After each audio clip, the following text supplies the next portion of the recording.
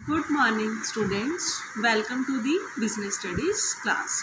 बेटे कल हमने किए थे कंप्लीट किया था हमने topic dimensions of business environment. ठीक है, आज हम बेटे नेक्स्ट टॉपिक स्टार्ट करेंगे इकोनॉमिक इन्वायरमेंट इन इंडिया, कि हमारे इंडिया का जो है इकोनॉमिक इन्वायरमेंट क्या है, किस तरह का है, उसके अंदर क्या क्या चीज़ें इंक्लूड होती है, वो सब हम डिस्कस करेंगे। ठीक है, so the economic environment in India consist of, इसके अंदर हम किस किस को कंसिस्ट करते हैं बेटा, वेरियस मैक्रो लेवल फैक्टर्स। ठीक है, इसके अंदर हम माइक्रो लेवल की स्टडी नहीं करते बेटा, हम इसके अंदर मैक्रो लेवल की स्टडी करते हैं। सो मैक्रो लेवल फैक्टर्स जो भी होते हैं, जैसे कि प्रोडक्शन की मीन्स, डिस्ट्रीब्यूशन ऑफ वेल्थ किस तरह से होती है, और which have an impact on business in industry, जिसका हमारे बिजनेस के ऊपर, हमारी इंडस्ट्री के ऊपर क्या पड़ता है, इम्पैक्ट पड़ता है।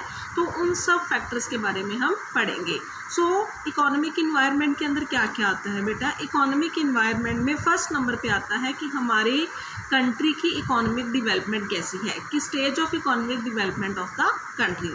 सेकेंड नंबर पे इकोनॉमिक इन्वायरमेंट के अंदर और हम क्या डिस्कस करेंगे कि हमारी इकोनॉमी का स्ट्रक्चर कैसा है।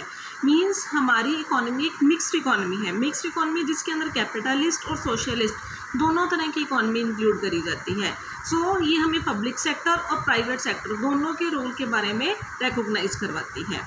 और क्या इंक्लूड होगा इकोनॉमिक इन्वायरमेंट के अंदर बेटा, इकोनॉमिक पॉलिसीज़ जो भी गवर्नमेंट ने बनाई है, including industrial policy, monetary policy, fiscal policy, ये सब कुछ आएगा।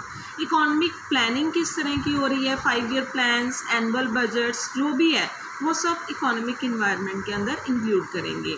फिर economic indexes like national income कैसी है, डिस्ट्रीब्यूशन ऑफ इनकम किस तरह से होगा, rate and growth of GNP that is gross national product, per capita income कितनी है, डिस्पोजेबल पर्सनल इनकम कितनी है, रेट ऑफ सेविंग्स, इन्वेस्टमेंट, कितना हम एक्सपोर्ट कर रहे हैं, कितना हम इंपोर्ट कर रहे हैं, बैलेंस ऑफ पेमेंट क्या है, ये सब किसके अंदर इंक्लूड होगा, इकोनॉमिक इन्वायरमेंट इन इंडिया। ठीक है, फिर इंफ्रास्ट्रक्चर किस तरह का है, लाइक फाइनेंशियल इंस्टीट्यूशन से हम कितना लोन ले सकते हैं, बैंक्स, मोड्स ऑफ ट्रांसपोर्टेशन कौन कौन से हैं, कम्युनिकेशन फैसिलिटीज़, सो ऑन, ये सब चीज़ें हमारे इकोनॉमिक इन्वायरमेंट के अंदर इंक्लूड होती हैं। सो बिजनेस एंटरप्राइजेज जो भी इंडिया के हैं उन्हें क्या है, do realise the importance and impact of the economic environment on their working. तो जो भी बिजनेस एंटरप्राइजेस हैं सबके ऊपर जो है क्या है, इकोनॉमिक इन्वायरमेंट का इम्पैक्ट पड़ता है। Almost all annual company reports जो भी प्रेजेंट करी जाती हैं by their chairpersons devote considerable attention to the general economic environment prevailing in the country. इन सब चीज़ों को ध्यान में रखकर करी जाती है जो भी आपके इकोनॉमी का इन्वायरमेंट है। So economic environment of business in India has been steadily changing mainly due to the government policies. आपका इकोनॉमिक इन्वायरमेंट बेटा ऑलवेज सेम नहीं रहता है, ये चेंज होता रहता है। ये हम करंट इकोनॉमिक इन्वायरमेंट की बात कर रहे हैं कि इसके अंदर क्या क्या आता है। अगर हम इंडिपेंडेंस के टाइम की बात करें कि उस टाइम पे इकोनॉमिक इन्वायरमेंट कैसा था, तो अब हम बात करेंगे economic environment at the time of independence, कि इंडिपेंडेंस के टाइम पे इकोनॉमिक इन्वायरमेंट कैसा था।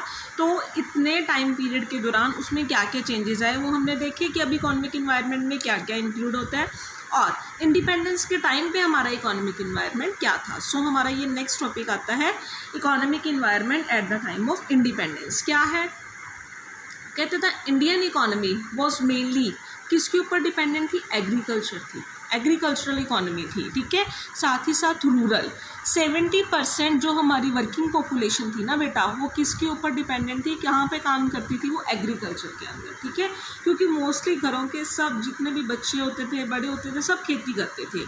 85% ऑफ द पॉपुलेशन कहाँ रह रही थी, विलेजेस के अंदर। इट मीन्स 50% कहाँ रह रही थी, सिटीज़ के अंदर। Production was carried out using irrational low productivity and technology. Production जो है वो खेतों के अंदर जो भी प्रोडक्शन करी जाती थी वो हाथों से करी जाती थी, कोई उस टाइम पे टेक्नोलॉजी नहीं थी। ठीक है, साथ ही साथ लो प्रोडक्टिविटी होती थी, टेक्नोलॉजी भी बिल्कुल नहीं थी उस टाइम पे। कम्युनिकेबल डिसीज़ बहुत ज़्यादा थे, बहुत जल्दी से फैलते थे, मोर्टेलिटी रेट्स बहुत ज़्यादा थे। सो वहाँ पे जो उस टाइम के अंदर पब्लिक जो हेल्थ सिस्टम है वो अच्छा नहीं था। सो इन सब प्रॉब्लम्स को सॉल्व करने के लिए गवर्नमेंट ने क्या उठाए, सेवरल स्टेप्स उठाए ताकि इनको क्या करा जा सके, इम्प्रूव करा जा सके। सो उन्होंने the main objectives of India's development plan, government ने कुछ प्लान्स बनाए और इन प्लान्स का मेन ऑब्जेक्टिव क्या थे, ये प्लान्स क्यों बनाए गए, इन प्लान्स को बनाने के ऑब्जेक्टिव्स क्या क्या थे। फर्स्ट ऑब्जेक्टिव क्या था, initiate rapid economic growth to the raise the standard of living, reduced unemployment and poverty. First objective क्या था कि जल्दी से, तेज़ी से, मतलब जितना जल्दी हो सके, जितना रैपिडली हो सके इकोनॉमिक ग्रोथ करना, ताकि जो लोगों का स्टैंडर्ड ऑफ लिविंग है वो इंक्रीज़ हो सके, जो अनएम्प्लॉयमेंट है वो रिड्यूस हो सके, पॉवर्टी है, जो गरीबी है वो रिड्यूस हो सके। सेकेंड, जो भी लोग हैं उनको सेल्फ रिलायंट बनाना, मीन्स उन्हें अपने ऊपर जो है डिपेंडेंट बनाना, ठीक है, वो खुद सारा का सारा काम करे, उन्हें आत्मनिर्भर बनाना। सो वो जो है इसलिए हैवी और बेसिक इंडस्ट्रीज़ लगाएगी जहाँ पे लोगों को काम मिलेगा। फिर इनइक्वालिटीज़, जो इनकम और वेल्थ की, मीन्स अमीर और अमीर हो रहा था, गरीब और गरीब हो रहा था, उसको क्या करना, रिड्यूस करना। ये प्लान्स जो है बनाए गए। साथ ही साथ adopt a socialistic pattern of development, जो भी डेवलपमेंट का पैटर्न था वो क्या रखा गया, सोशलिस्ट रखा गया। मीन्स जहाँ पे इक्वालिटी को ज़्यादा मतलब जो प्रेफरेंस दी गई, ठीक है, ताकि एक्सप्लॉयटेशन जो करी जाती थी वो कम से कम हो सके। सो मेन पर्पस इन जो प्लान्स, जो आपके प्लान्स बनाए गए थे, ये वाले इंडियाज़ डेवलपमेंट प्लान्स बनाए गए थे, उनके ये सब जो है ऑब्जेक्टिव रखे गए थे। In accordance with the economic planning, the government gave a lead role to the public sector for infrastructure industries, whereas private sector was broadly given the responsibility of developing consumer good industry.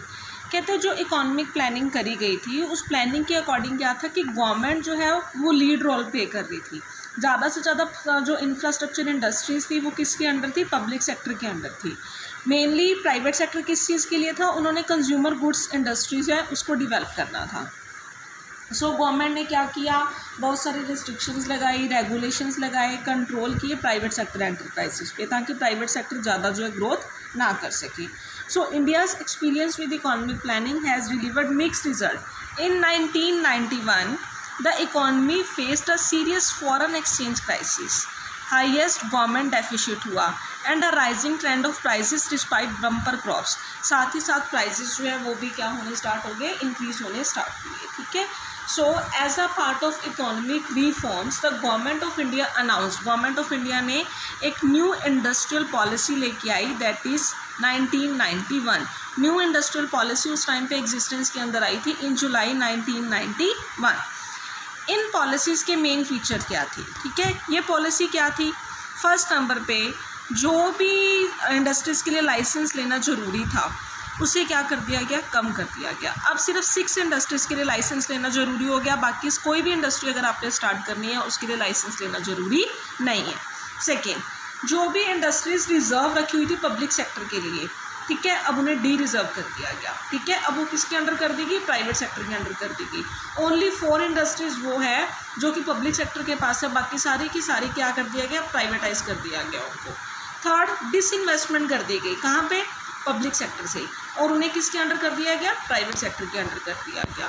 Policy towards foreign capital was liberalise, means liberalise कर दिया गया। और foreign के लोग यहाँ पे जो है ज़्यादा से ज़्यादा अपना मतलब इन्वेस्टमेंट कर सकते हैं, हम फॉरेन के अंदर कर सकते हैं, मीन्स सारे रूल्स रेगुलेशंस जो हैं वो हटा दिए गए, रिस्ट्रिक्शंस हटा दी गई।